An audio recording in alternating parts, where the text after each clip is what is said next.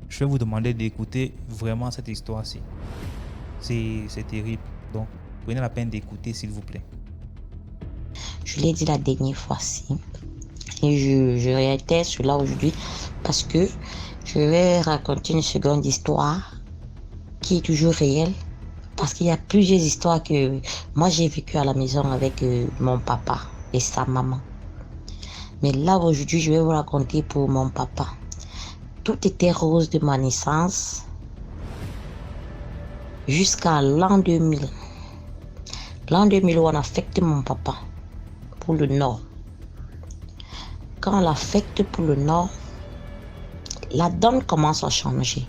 Il ne jouait plus trop avec nous, il n'avait plus de temps pour nous, il était déjà plus consacré à ses amis et ses collègues, bref, ses amis qui peut dire ses collègues plus, parce qu'il n'avait pas des amis autres que ses collègues, où il a adhéré une réunion où tous les fins du mois, cette réunion vraiment, le jour qu'on l'a reçu à la maison, mince, c'était les bœufs que tu voulais voir, les porcs que tu voulais voir, les chèvres. Moi, je comprenais même plus si c'était la réunion ou si c'était la fête. Donc, quand vous êtes enfant, il y a un truc comme ça, vous êtes fiers. Vos amis sont dehors, ils vous attendent. Vous allez porter des plats et tout, vous allez partir donner à vos amis, ou bien de quoi vous suivre dans la chambre, et ainsi de suite. Ils sont alignés aux escaliers, ce qui nous attendait en bas au rez-de-chaussée. Donc, c'était un peu cela. Alors, maintenant, quand on arrive là-bas, tout était rose, après, ça donne change. Papa commence à changer de comportement. Déjà, il fréquentait déjà un de ses chefs, un commandant, qui était tellement collé à lui, il est venu à la maison, on s'entendait bien.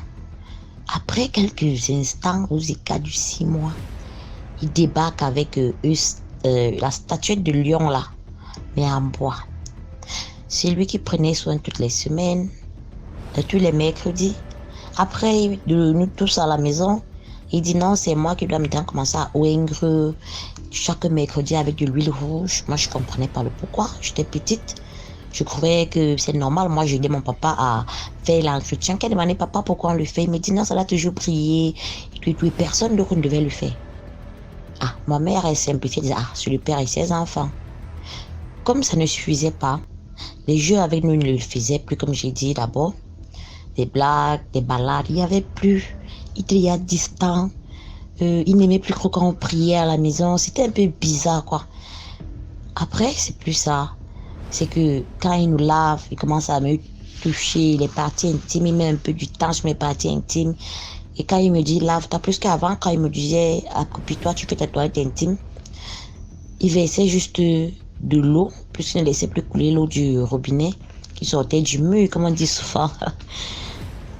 Il prend plutôt de l'eau, il ne verse plus pour que je lave, qu'il frotte mon bas, si je puis dire. Après, il dit non, Tom, parce qu'avant, il disait comment je dois savoir comment laver et tout.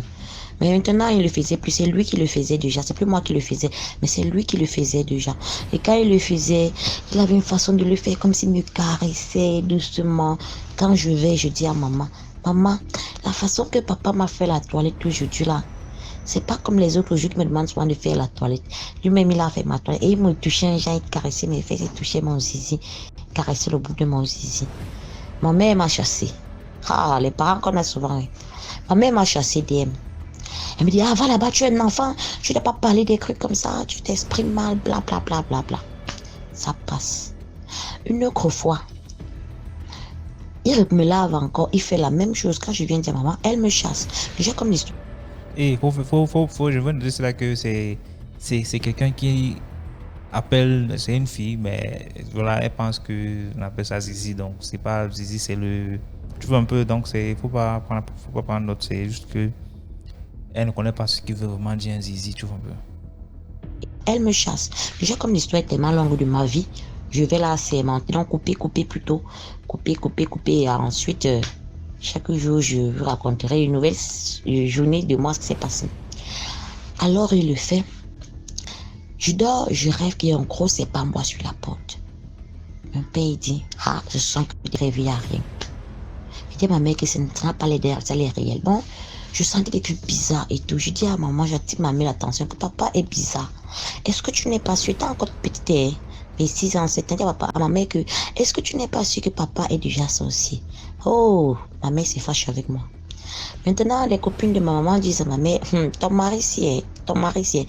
Ma mère se fâchait avec ses copines qui disaient cela et vous n'étiez plus amis. Ces grandes se rappellent depuis Yaoundé pour dire à ma mère là pour nous faire attention. On est allé quelque part et on s'est rendu compte que ton mari n'est pas quelqu'un de propre. Elle dit, ah, vous êtes jalouse, machin, machin. Tout le monde, ennemi déjà. Quand papa arrivait maintenant en décembre à la maison, dans la famille quoi, en fin d'année comme ça, il vient avec un bœuf dans sa belle famille, dans la famille de maman. C'est pour vous, malais d'argent. Il n'a eu que les mêmes postes de toute sa carrière. Puis qu'on avait quitté, puis qu'on est arrivé ou non. Un poste, pas petit poste, hein, un gros poste où justifiait toujours la provenance d'argent et que tout le monde qui savait qu'il est dans ce poste disait non, c'est normal. Mais moi, je ne trouvais pas toujours ça normal. Ma mère, elle trouvait ça normal. DM. Ça a tourné avec tant de mystères qui se produisaient dans la maison. Où, voilà une partie qui m'avait toujours marqué. Où son collègue et papa sont en train de causer un jour sur la véranda quand on rentre sur Yaoundé. Et après, son collègue, parce qu'il y a eu des problèmes, parce que maman ouvrait déjà les yeux, qu'elle disait que non, elle veut partir de là, bla bla bla. Où son collègue dit, quand tu as une poule à la maison, une mère poule, tu prends ses poussins, tu lèves une mère poule et tout, et que la mère poule te fait des poussins, il faudra attraper ces poussins et manger. Je suis allée vers ma mère, parce que je ne comprenais pas la signification. Je demandais à ma mère que voilà ce que j'ai suivi papa causer avec son ami à la véranda. Elle m'a toujours chassée. Elle dit, tu as mal entendu. Mais elle va voir papa après. Elle dit, papa, elle dit à son époux, est-ce que ce que l'enfant dit est réel? Il dit, mais non, elle a mal suivi. Il y a les poules qui passaient. On parlait des poules qui étaient en train de passer. Bref, il a sorti une version à ma mère. J'ai dit, ah, ça va. Plus tard dans ces réunions qu'il a toujours allé faire ici. Il reste comme ça, il dit à ma mère que je lève, il prend une somme de 500 000 $, à ma mère, il dit à ma mère, prends l'enfant, vous partez à Yaoundé. Il ne me dit pas où vous êtes allé, mais ne va pas à la maison de Yaoundé. Ma mère dit pourquoi? Il dit à ma mère, il a fait un mauvais rêve qu'on est venu me chercher dans la nuit et on m'a tué. Ma mère perdue et tout ne comprenait rien. Il faisait tout pour chasser ma mère de partir vite avec moi. Ma mère me prend et me ramène sur Yaoundé. Elle vient me laisser chez ses soeurs. Elle remonte. Mon père dit, je ne veux pas savoir où tu as laissé l'enfant. Maintenant, chez ses soeurs, elle dit cette histoire à ses soeurs. Et qui est ma tante, ma marraine en question. Elle trouvait ça louche. Elle s'en va, comme c'est une femme un peu qui aimait bien les histoires de maraboutage et tout. Elle dit, le marabout là s'en va, dit, le monsieur en question, il a mangé, pas qu'il a mangé, on demande de livrer sa fille. Et comme je suis unique enfant, mais il a plus à adopter des enfants de la famille, il restait plus avec nous. Et le monsieur en question ne veut pas donner son enfant. On a déjà menacé plusieurs fois. Alors il faudrait qu'on vienne chercher l'enfant, qu'on ne trouve pas l'enfant. Et il ne doit pas savoir où il y a l'enfant. Parce que si il connaît où il y a l'enfant, ça pourra les transmettre là où je suis. Ah. Je vous assure, DM. Le monsieur en question, il m'a fait des histoires de lavage. J'étais petite, il ne pouvait pas dire non. Je ne faisais que regarder avec mes yeux. Je faisais que regarder avec mes yeux. Alors là, je suis restée sur Yaoundé tous les congés. Ils sont revenus me chercher. J'ai dit, la fessée. On ne me croyait pas.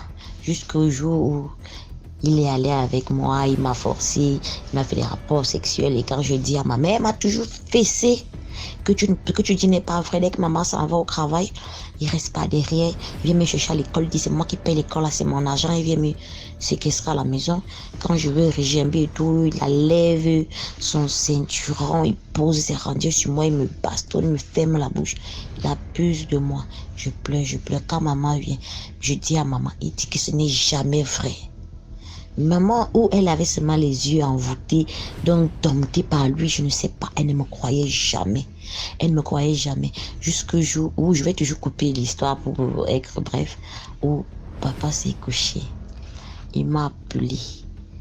Il a appelé maman, les membres de la famille. Après, quand l'oncle est fini de faire, une messe à la maison, et tout, il a demandé que tout le monde se confesse et tout, vu ce qui s'est passé. Moi, j'ai raconté tout à mon oncle. Alors, il avait assez de sa soeur. Il est arrivé.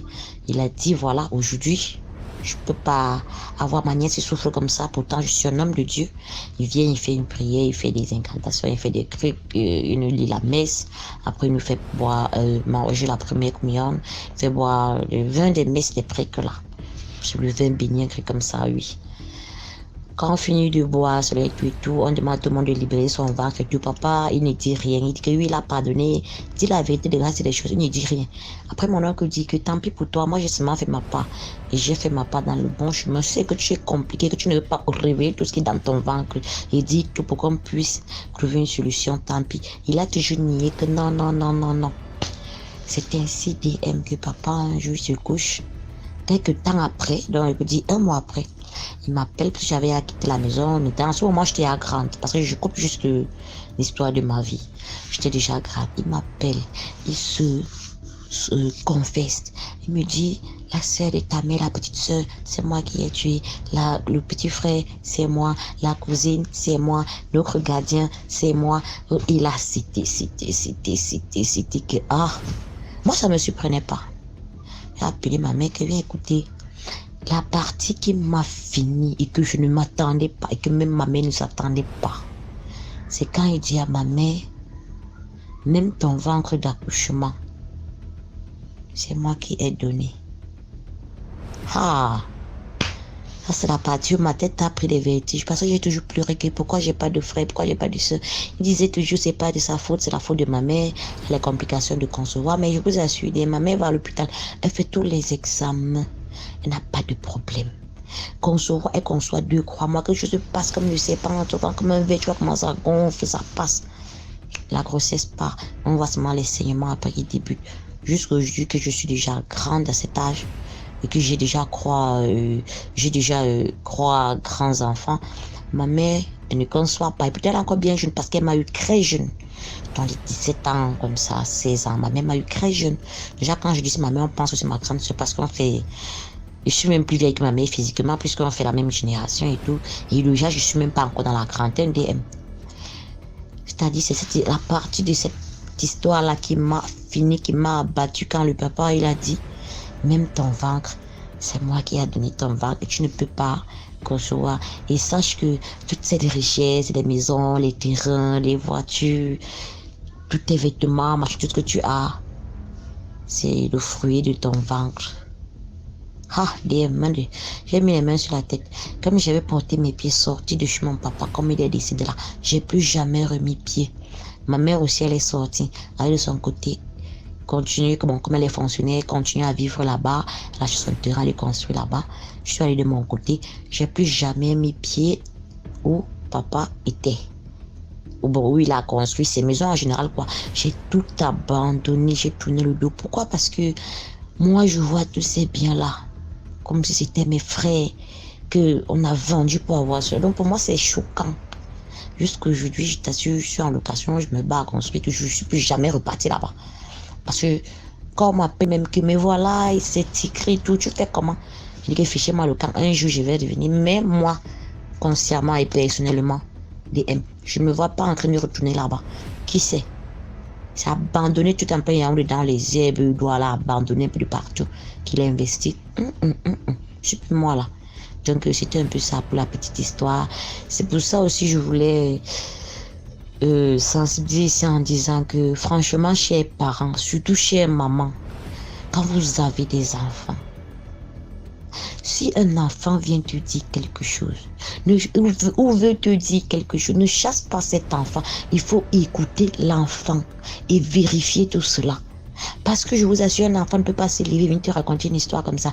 Même si des fois, c'est un petit enfant qui mente, mais dans ce mensonge, il y a un minimum de vérité.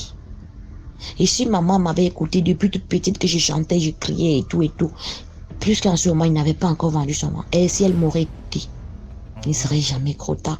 Mais là, maintenant, elle a tout fait. Elle a marché de partout. Plus rien.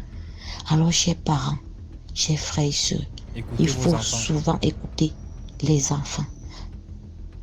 Prenez la peine d'écouter. Wow. Et de... C'est un très bon conseil là. Prenez la peine d'écouter vos enfants. Un enfant ne peut pas se lever un matin comme ça, venir dire que papa a couché avec moi. Pour rien comme ça. Mais Si un enfant qui parle bien, qui connaît ce qu'il veut dire coucher avec quelqu'un, il te dit ça comme ça, mon ami, tu vas négliger par rapport à quoi? Il y a des trucs qui nous arrivent dans nos maisons, pas parce que on sommes trop mauvais, mais parce qu'on n'arrive pas à donner l'oreille à ce qu'il faut. Un enfant vient comme ça et qui... Ça m'a touché quand j'écoutais l'histoire. Et vraiment, en tant que parent, vous avez l'obligation d'écouter vos enfants. C'est comme ça. C'est la dictature maintenant. Il ne suffit pas encore de demander que s'il vous plaît. Si vous êtes obligé d'écouter les enfants. N'écoutez pas, c'est la gifle spirituelle. En tout cas, merci de liker la vidéo s'il vous plaît. Juste cliquez sur le pouce bleu qui est comme ça là. Ou bien si vous n'aimez pas, vous pouvez aussi cliquer sur le... En tout cas, il faut seulement participer. Ça dépend.